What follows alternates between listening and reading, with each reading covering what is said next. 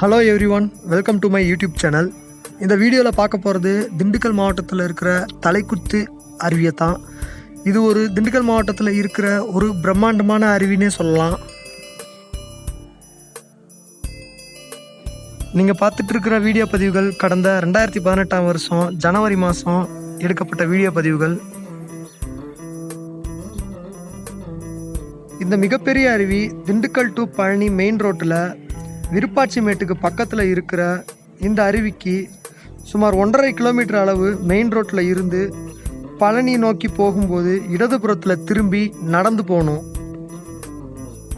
பலாக்கனிகளும் மாங்கனிகளும் தோப்பு குவியலாக இருக்கிற அந்த பகுதியில் இருந்து 1.5 கிலோமீட்டர் நடந்து அருவிக்கு சென்றடையணும். 1.5 கிலோமீட்டர் நடந்து செல்லும்போது இந்த அருவிக்கு அடிவார பகுதியில் ஒரு சிறிய கோவில் நமக்கு கிடைக்கும். அந்த கோவிலில் இருந்து இந்த அருவிக்கு போகிறதுக்கு சரியான பாதை இருக்காது. முன்காலத்தில் கட்டப்பட்ட கோட்டை சுவர்கள் மாதிரி இருக்கிற தடம் வழியாக தான் இந்த அருவிக்கு மேலே செல்வதற்கு வழி இருக்குது. ஆயினும் அது பார்த்திங்கன்னா நடக்குவதற்கு ஏதுவான பகுதியாக தான் இருக்குது. ஆனால் இரண்டு புறமும் நம்ம ரொம்ப ஜாக்கிரதையாக தான் நடந்து மேலே ஏறணும். அவ்வளவு சிரமப்பட்டு இந்த அருவிக்கு சென்றடையும் போது அந்த இடத்துல அந்த அட்மாஸ்பியரில் இருக்கிற சூழ்நிலை நமக்கு இவ்வளவு தடைகளை தாண்டி வந்தோம் அப்படின்ற ஒரு ஃபீலிங்கே மறக்கடிக்கும். அந்த அளவு அட்மாஸ்பியரிக்காக இருக்கிற ஒரு அருவி தான் இது. இந்த அருவிக்கு உண்டான நீர்வரத்து எங்கேருந்து வருதுன்னு பார்த்தீங்கன்னா, காவிரி ஆற்று பகுதியில் இருந்து வர்ற நீர் தான் பரப்பலாறு டேமில் சேகரிக்கப்பட்டு அந்த பரப்பலாறு அணைக்கட்டு மற்றும் அருவி பகுதியில் இருந்து வர்ற நீர் தான் இந்த தலைக்குத்து அருவிக்கு வந்தடையுது. ஏன்னா இந்த அருவியில் நீர்வரத்து எப்பயுமே இருந்துக்கிட்டே இருக்கும். அதற்கு காரணம் பார்த்திங்கன்னா, பரப்பலாறு டேம்லையும் வர்ற உபரி நீரானது இந்த ஆற்று வழியாக தான் வெளியே போயாகணும். ஸோ பரப்பலாறு நீர் வற்றும் போது மட்டுமே இந்த நீர்வரத்து வற்றி இருக்கும். பரப்பலாறு டேமில் நீர்வரத்து முழுவதுமாக வற்றுவது என்பது ரொம்ப அரிதான விஷயந்தான். இந்த அருவிக்கு கிளம்புறதுக்கு நாங்கள் 6 பேர் காலையில் திண்டுக்கல்ல இருந்து கிளம்புனோம். கிட்டத்தட்ட திண்டுக்கல்ல இருந்து டோட்டலாக 39 கிலோமீட்டர் ட்ராவல் பண்ணால் மட்டுமே இந்த தலைக்குத்து அருவியை சென்றடைய முடியும். அதே மாதிரி பழனியிலேருந்து 24 கிலோமீட்டரும், மதுரையிலேருந்து 94 கிலோமீட்டரும், கோயமுத்தூரில் இருந்து 136 கிலோமீட்டரும் இதுக்கு டோட்டல் டிஸ்டன்ஸாக இருக்குது. இந்த அருவியோட பேர் காரணம் பார்த்திங்கன்னா, தலைக்குத்து என்ற பேரானது நம்ம இந்த அருவியில் குளிக்கும்போது நம்ம தலையில் விழுகின்ற நீரானது செங்குத்து பாங்காக விழுது. ஸோ இந்த வாட்டர் மேக்ஸிமம் நம்ம தலையை தட்டி விட்டுட்டு போகிற மாதிரி இருக்குது.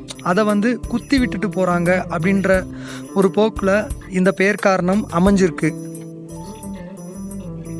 கிட்டத்தட்ட 250 அடி உயரம் கொண்ட மலைப்பாங்கான பகுதியில் இருந்து 250 அடியுமே செங்குத்தாக நீர் நம்ம குளிக்கிற இடத்துக்கு தலைக்கு நேராக மோதுவதால் இந்த அருவியில் குளிக்கும்போது ரொம்ப ஜாக்கிரதையாக தான் நம்ம குளிக்கணும். பழனிக்கு பாத யாத்திரையாக செல்லும் பக்தர்களும், சபரிமலை யாத்திரைக்கு செல்லக்கூடிய பக்தர்களும், பிற ஏனைய டூரிஸ்ட்டு மக்களும் இந்த ஃபால்ஸை பார்க்குறதுக்கு ஏதுவாக அமைஞ்சிருக்கிற இடமா இருக்குது. இந்த வாட்டர் ஃபாலில் இருந்து வர்ற தண்ணி எல்லாம் ஃபால் ஆகி விழுகிற இடத்துல பார்த்திங்கன்னா ஒரு குளம் போன்ற அமைப்பில் நீர் தேங்கி வெளியே போகிறதுனால அந்த இடத்துல பார்த்திங்கன்னா பல சுழல்கள் இருக்கிறதா இங்கே மக்கள் தெரிவிக்கிறாங்க.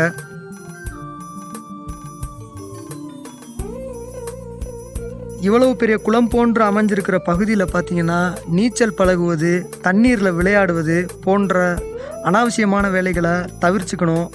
குளிப்பது என்பது அந்த வாட்டர் ஃபால் ஆகிற இடத்துல இருந்து ஒரு 2 to 3 மீட்டர் டிஸ்டன்ஸுக்குள்ளேயே குளிக்கிற மாதிரி நம்ம ஏற்பாடுகளை பண்ணி அந்த இடத்துலையே குளிச்சிடணும். அக்கறையிலேருந்து இக்கரையில் நீச்சலுக்கு வரேன்னு சொல்லிட்டு நிறையா பேர் இந்த இடத்த உயிர் தானம் செஞ்சுருக்கிறதாகவும் நமக்கு இங்கே இருக்கிற மக்கள் தகவல் கொடுக்குறாங்க. அதுபோக இந்த இடத்திற்கு வரும் மக்கள் முக்கால்வாசி பேர் மது அருந்துவதற்கு சாதகமாக இருக்கிறதுனால இந்த பகுதிகளில் மது பாட்டில்களை அடித்து விட்டெறிஞ்சிட்டு போயிடுறது வந்து ரொம்ப தவறான செயலாக தான் இருக்குது. அந்த மாதிரி வேலைகளை வந்து தவிர்த்துக்கணும். இந்த மாதிரி ரம்மியமான இயற்கை அப்படின்ற ஒரு அமைப்பு வந்து நம்ம வாழ்வதற்கும் நம்ம ரசிப்பதற்கும் நம்ம வசிப்பதற்கும் தான் இருக்குது அப்படின்றத புரிஞ்சு இங்கே வர்றவங்க கண்டிப்பாக நடந்துக்கணும். இந்த வீடியோவில் இந்த பதிவை சேர்த்துருக்கிறதும் அவங்க நடந்துக்குவாங்கன்ற ஒரு நல்ல நம்பிக்கையில் தான் இந்த பதிவையும் நான் பதிவிட்டிருக்கிறேன். இந்த அருவியோட உயரம் போக இந்த அருவியோட அகலம் பார்த்திங்கன்னா இந்த பரப்பலாறு டேமில் இருந்து வருகின்ற நீர்வரத்து பொறுத்து இந்த அருவியோட அகலமும் கூடுது. ஸோ இப்போ பார்த்துட்ருக்கிற அளவுக்கே இதோட அகலம் இருக்காது. இதில் இருந்து 2 மீட்டர் 3 மீட்டர் குறுகலாகவும் அதிகமாகவும் இந்த அருவியில் நீர்வரத்து பரப்பலாறு டேமில் இருந்து வர்றதை பொறுத்து மாறுது. இந்த வீடியோ படம் பிடிச்சிட்டு இருக்கும்போது சில மக்கள் இந்த அருவியோட மேல் பகுதியில் போய் அதோட அழகை ரசிக்கிறதுக்காகவோ மேலே ஏறி போகிறாங்க. ஆனால் அது ரொம்ப டேஞ்சரான ஒன்றுன்றது வந்து அவங்களுக்கே தெரியாமல் இருக்குது. ஏன்னா இந்த ட்ரோன் வீடியோ பதிவுகளில் இந்த அருவியோட மேற்பரப்பை பார்க்கும்போது ரொம்ப பிரமிக்க வைக்குது.